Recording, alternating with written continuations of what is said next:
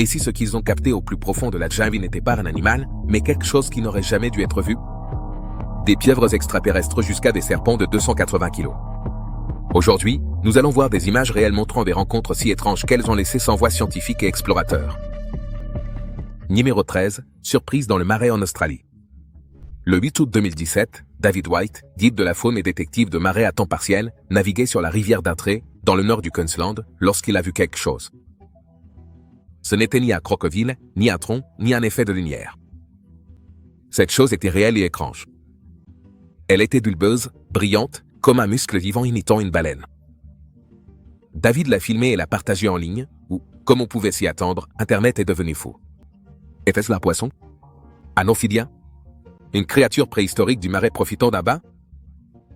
Les spectateurs ont tout suggéré, des lamentins aux anguilles mutantes. Certains ont même suggéré qu'elle pouvait respirer aussi bien dans l'eau que dans l'air. En gros, la célébrité cryptique de l'Australie. Les scientifiques n'ont pas confirmé exactement de quoi il s'agissait, mais les biologistes marins affirment qu'il est possible que nous ayons affaire à un animal marin rare en eau douce, ou même à une espèce inconnue. Après tout, la région de Datré est un foyer de biodiversité. Quoi que ce fût, la créature a disparu aussi mystérieusement qu'elle était apparue. Un autre rappel, si tu fixes le marais assez longtemps, il pourrait bien qu'il y ait un nouveau. Numéro 12, l'étrangleur du marais. Quand une chèvre disparaît, on accuse généralement un renard, ou peut-être un gros chien. Mais dans ce village indonésien, le suspect était quelque chose de complètement différent. Capturé en vidéo, une bête monstrueuse, en forme de serpent, est sortie du marais et s'est dirigée droit vers une chèvre avec une précision de prédateur. Poilue, énorme et terrifiante, la créature a surgi d'en dessous, enroulant son corps épais autour de la chèvre et s'agrippant à son cou comme si elle ne plaisantait pas. Pas de crocs, pas de rugissement, juste une étreinte silencieuse qui semblait trop délibérée. Était-elle en train de se nourrir? Était-elle en train de la vider de son sang? Personne ne le savait. Mais les fermiers n'étaient pas prêts à laisser leur bétail devenir la nourriture de cryptides. Armés de bâtons et portés par l'adrénaline pure, ils se sont jetés sur la créature, la frappant jusqu'à ce qu'elle glisse à nouveau dans le marais comme un python sorti d'un rêve. Les experts ont annoncé des noms comme python réticulé ou anguille mutante, mais aucun ne connaît vraiment. Elle était trop poilue, trop intelligente, trop étrange. Réelle ou non, elle a laissé derrière elle une chèvre, un mystère boueux et un village qui inspecte désormais ces marais 2 fois avant la tombée de la nuit. Numéro 11, le dispositif de flottaison fantôme. Appelons-le la lumière du Loch Ness. Dans une vidéo d'eau trouble qui a laissé Internet les yeux plissés, une étrange silhouette se balançait et zigzaguait à la surface comme si elle préparait quelque chose. Elle a juste sorti la tête pour être vue, puis s'est floutée, comme si la caméra n'était pas prête à réagir. Elle ne nageait pas en ligne droite. Elle se balançait, dérivait, comme une créature désynchronisée avec son propre corps. Certains juraient qu'on aurait dit une loutre trempée avec de sérieux problèmes de coordination. D'autres pariaient que c'était un canard, à moitié immergé et timide devant la caméra. Mais alors, la théorie ennuyeuse a surgi, peut-être que ce n'était qu'une simple bouée. Tu vois ces marqueurs flottants attachés sous l'eau avec des cordes? Oui, ce n'est pas l'explication la plus palpitante. Pourtant, le mouvement ne collait pas vraiment à l'impression de flotter sur place d'une bouée classique. Ça semblait vivant, avec un but, peut-être confus, mais pas ancré. Quoi que ce soit, le mystère demeure. Faune flottante, supercherie ou véritable bizarrerie. Jusqu'à ce qu'on ait des images plus nettes, ce rôdeur aquatique reste l'une des énigmes les plus floues des eaux. Numéro 10, grenouille chanceuse, pas tant plus. Ce petit n'est pas sorti d'un conte de fées, mais il aurait bien plu. Quelque part dans les marais, un pêcheur est tombé sur une grenouille qui, clairement, avait séché le cours de biologie. Elle avait 6 pattes. Oui, 6. 2 membres supplémentaires qui poussaient d'une excroissance trapue ressemblant à une queue. Ce n'était pas seulement étrange, c'était étrangement hypnotisant. Encore plus bizarre, la grenouille n'utilisait pas toutes ses pattes comme une bête sous stéroïdes. Non, elle ne comptait que sur 3 d'entre elles pour se déplacer, comme si elle n'avait pas encore compris comment coordonner le reste. Comme une expérience évolutive à moitié achevée, certains pourraient être effrayés et reculer. Mais dans de nombreuses cultures, les grenouilles, surtout les rares, sont considérées comme des présages de bonne fortune. Alors, qu'a fait notre pêcheur? Il l'a ramené chez lui et lui a offert un aquarium digne d'un prince mutant. Les scientifiques disent que les membres supplémentaires chez les amphibiens sont souvent le résultat de mutations environnementales ou d'interférences parasitaires. Mais pour ce type, c'était le gros lot sur pattes. Appelez ça de la chance, appelez ça un bug technique. Quoi qu'il en soit, c'est inoubliable. Numéro 9, Monstre de bout de minuit. Oubliez les histoires de fantômes. C'est de ça que sont faites les cauchemars dans les marais. Au fin fond d'une forêt indonésienne, un groupe d'aventuriers nocturnes a eu une surprise inattendue quand quelque chose est sorti en rampant de la boue. Ce n'était pas une bûche, ce n'était pas une blague. C'était vivant et ça les observait. Recouverte de boue humide, avec des cheveux emmêlés et des yeux brillants, la créature a émergé comme si elle avait attendu dans l'obscurité. Puis, elle a rugi. Ce n'est pas le hurlement d'un animal mignon. On parle d'un rugissement profond, guttural, qui résonne dans la colonne vertébrale. Les amis sont restés figés, ne sachant pas s'ils devaient courir ou lui parler. L'être s'est approché lentement, comme s'il avait quelque chose à dire, puis il est retourné au marécage avec la grâce d'un fantôme, disparaissant sous les eaux noires. Les théories vont d'un animal mal identifié à une légende locale devenue réalité, mais personne n'a pu expliquer le rugissement, la lueur ou l'intelligence troublante de son approche. Quoi que ce fût, ce marécage ne faisait pas que résonner, il parlait, et personne n'a oublié ce qu'il a vu. Numéro 8, le fil qui ne devrait pas bouger. Tout a commencé comme une promenade tranquille le long de la rivière Blanco, à Bashkortostan, mais pour un couple, la plage paisible est devenue le théâtre d'une horreur arthropode. Là, sur le sable blanc, quelque chose de long et filiforme se tortillait, seul. Et non, ce n'était pas un fil de pêche emporté par le vent. Le couple l'a filmé, une créature fine, fibreuse et saccadée qui se déplaçait avec un but précis. Ce n'était ni un ver, ni une feuille, c'était quelque chose de totalement différent. Lorsqu'ils ont publié l'enregistrement, les spectateurs sont devenus fous. Certains disaient que c'était un parasite, d'autres parlaient de larves extraterrestres. Une personne a simplement écrit « non, non ». Malgré tout le bruit, aucun biologiste ni expert marin n'a proposé d'identification solide.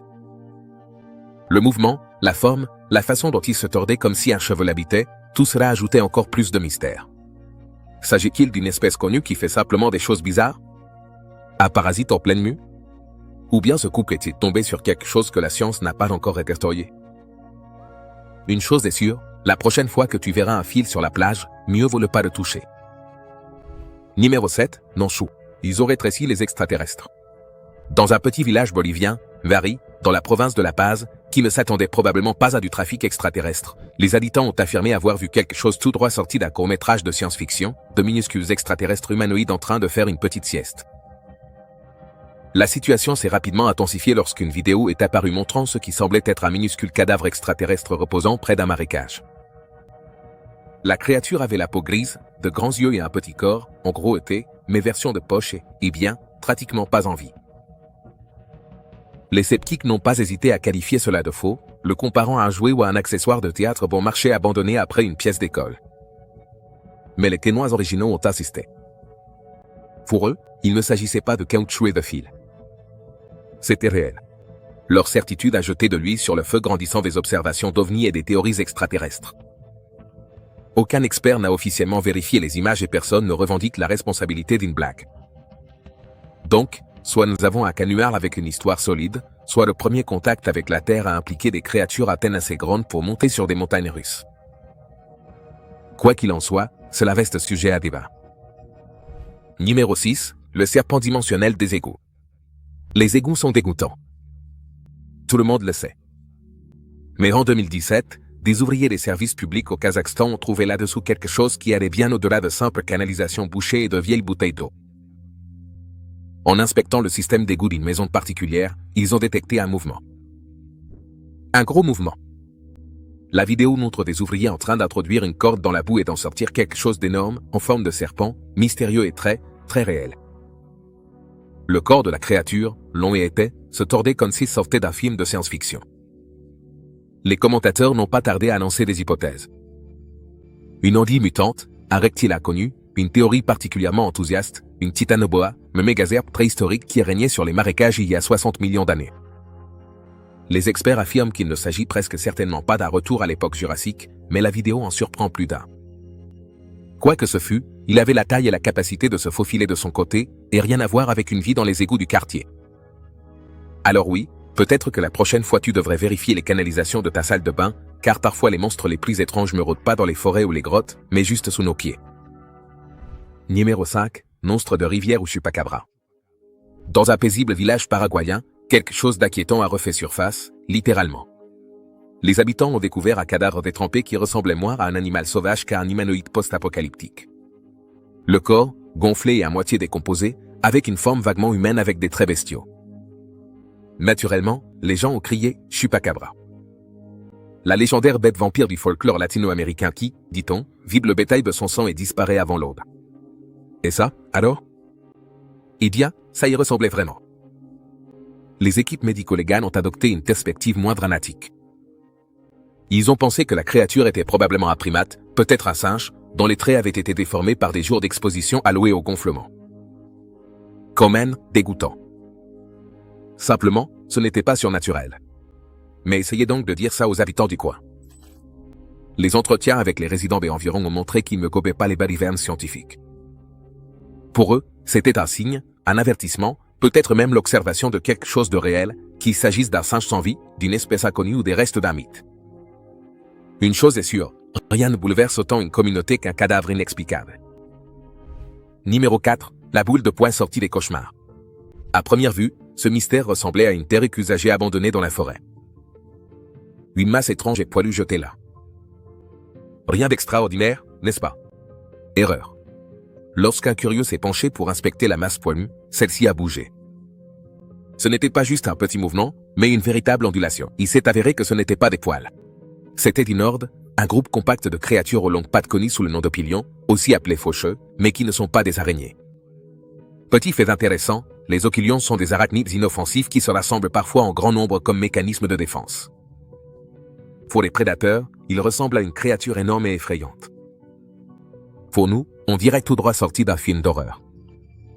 Au moment où l'homme a touché le groupe, des centaines de pattes se sont mises en mouvement, se dispersant dans toutes les directions comme s'ils avaient répété la scène. Et voilà comment un mystère duveteux se transforme en séance d'aérodique arachnide.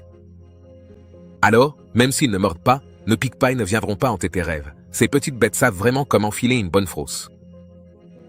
La nature, à la fois fascinante et un bras traumatisante. Numéro 3, la chèvre qui marche à reculons. Pousse-toi, Bigfoot. La créature suivante fait le moonwalk à travers le folklore. 2 hommes aux Philippines affirment avoir filmé le mystérieux Siba, une bête légendaire qui traque les immoraux et entraîne leurs âmes en enfer.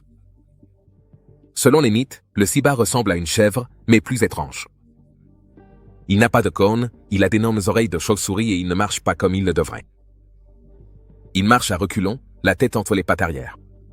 Gracieux? Pas tout à fait. Fantasmagorique? Complètement. La vidéo a fait le tour des réseaux sociaux, en particulier parmi les Philippins qui ont grandi en entendant des histoires de fantômes incluant ce phénomène naturel voleur d'âme. Mais les critiques n'ont pas tardé à critiquer les images, soulignant les tremblements de la caméra et les angles étrangement pratiques. Les sceptiques disent qu'il s'agit simplement d'un autre canular artisanal. Les croyants soutiennent que le Siba ne se montre qu'à ceux qui méritent de le voir, ce qui ne nous aide pas à mieux dormir. Qu'il soit réel, un cosplay maudit ou du folklore devenu réalité, une chose est sûre, Sigmund n'est pas là pour être mignon, il est là pour collectionner. Numéro 2, démon de l'asphalte en Moldavie. Une route tranquille en Moldavie s'est transformée en cauchemar lorsqu'un conducteur a aperçu quelque chose d'immobile sur l'asphalte. Une créature entièrement noire, immobile et vraiment inquiétante. Naturellement, le gars a fait ce que tout humain moderne ferait, il l'a filmé à une distance très éloignée. Avec le zoom du téléphone, la chose paraissait littéralement démoniaque.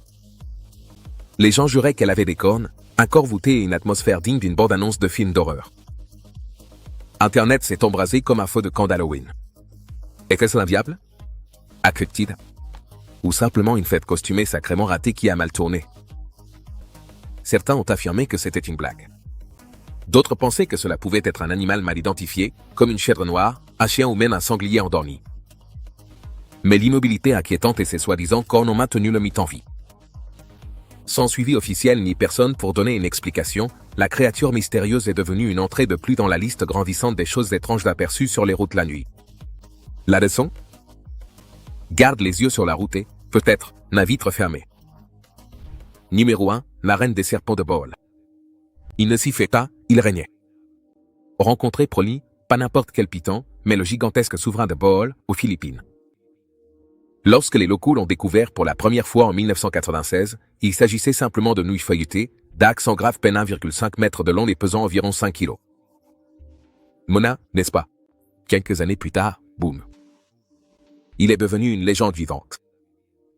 Avec ses 7 mètres de musclés de mystère et un toit de 280 kilos, Prony ne se contentait pas de rôder, il est devenu une icône.